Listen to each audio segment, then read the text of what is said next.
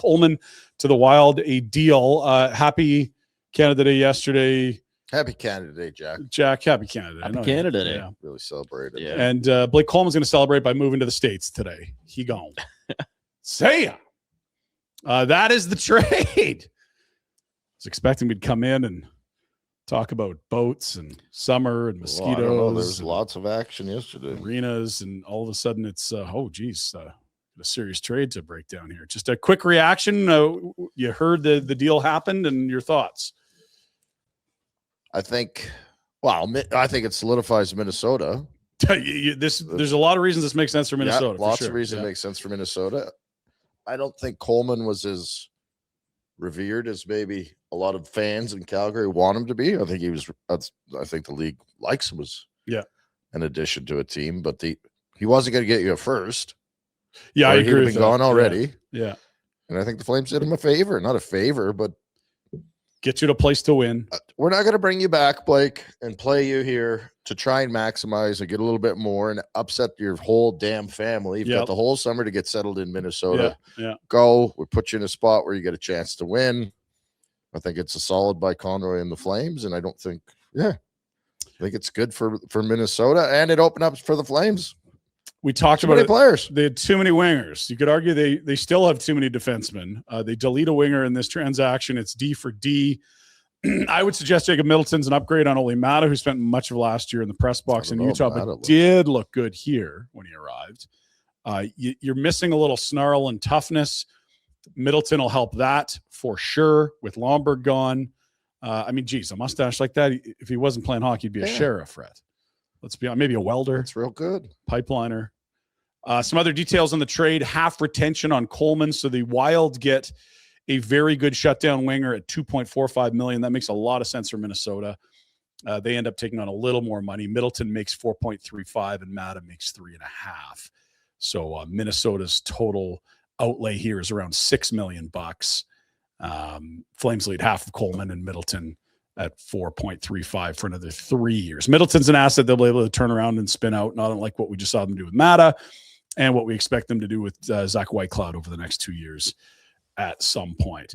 The reaction I'm seeing a lot, where's the first? There's no first. Wingers don't get firsts. So here's last year. So a lot of deals at deadline. Panarin got a first. Is Blake Coleman in the same category? No, he's not. And like Connor Garland, really good player, scores, scrappy, middle six winger. There's a good comp for Blake Coleman. Not perfect. He had term, cost controlled, second and a third. Yeah. So I think when people said it's going to be a first, they were setting themselves up for failure. I think it's a little light.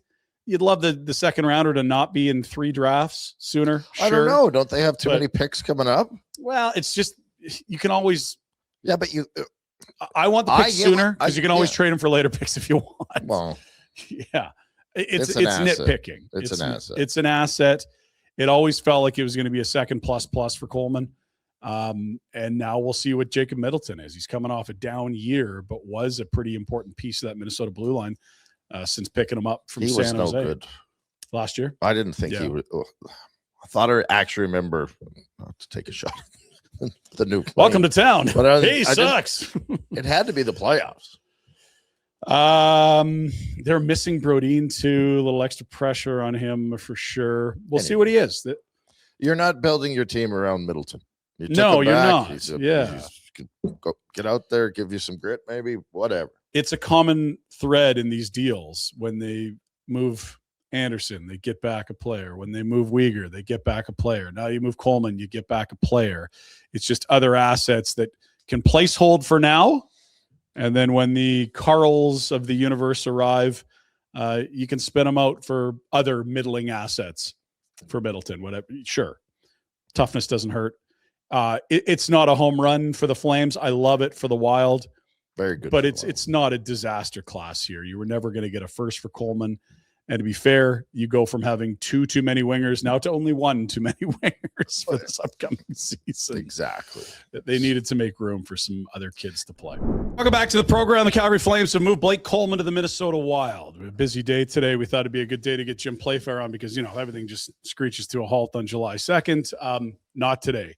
Coleman with half retention of his $4.9 million salary and Olli Maatta, who has 2 years left at 3.5, going to the Minnesota Wild in exchange for Jake Middleton, rugged defender, third pair type guy, 3 years left at 4.35 on his deal, as well as a second, a third, and a fourth round selection. It is not a haul, but it's also not necessarily a fleecing. I think a second plus was always going to be the Coleman deal. I didn't think he was going to cross over into that first round threshold as a winger. I love the deal for the Wild and for the Calgary Flames. You continue to stockpile assets, and you add a little toughness along the way. There was why do you open up doors for other kids to come in and play?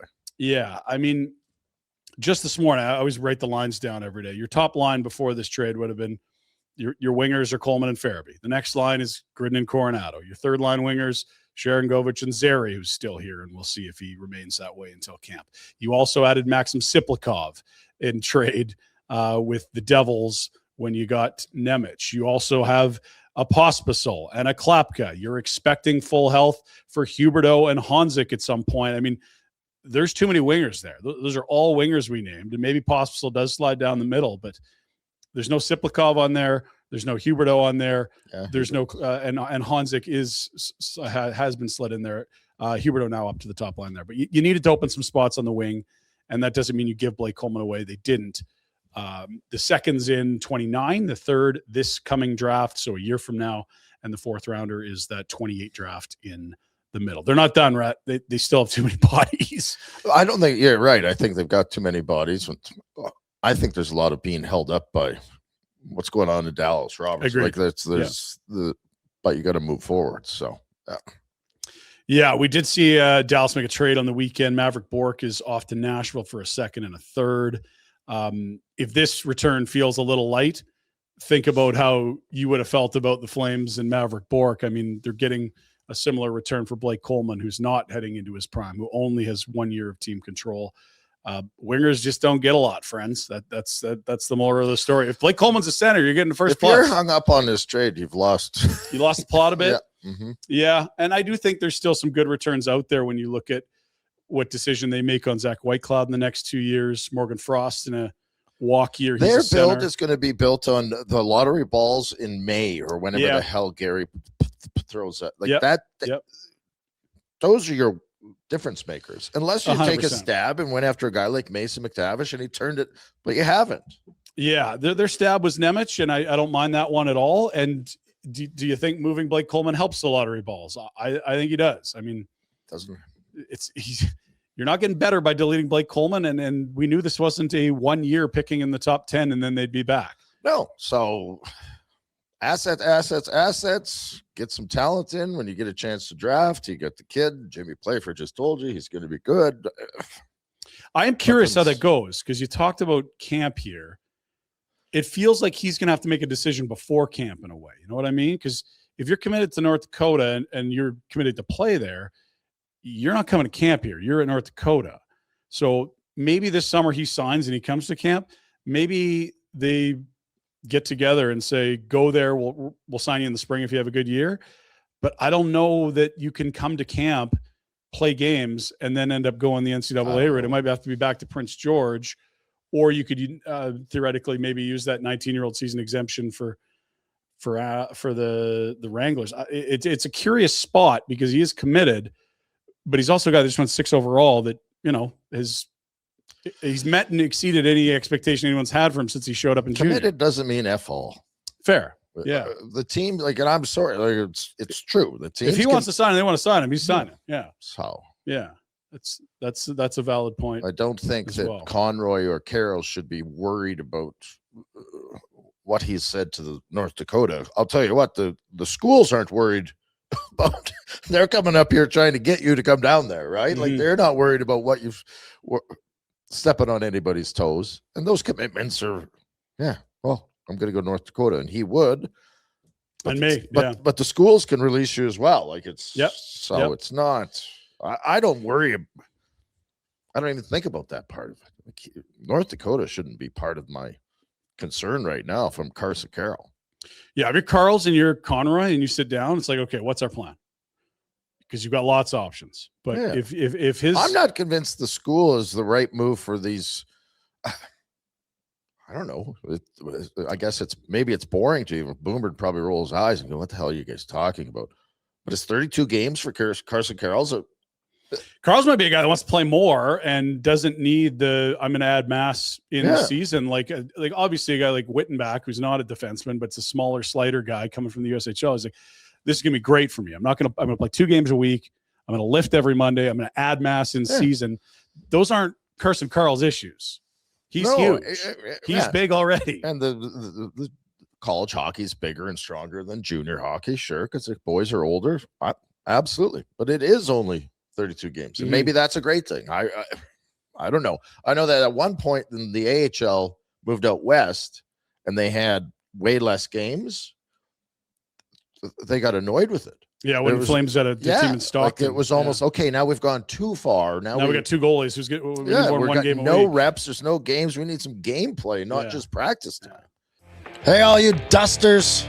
Thanks for watching. Apparently, I'm supposed to tell you to hit like and subscribe. You sound like a real cheese ball. Cheese ball.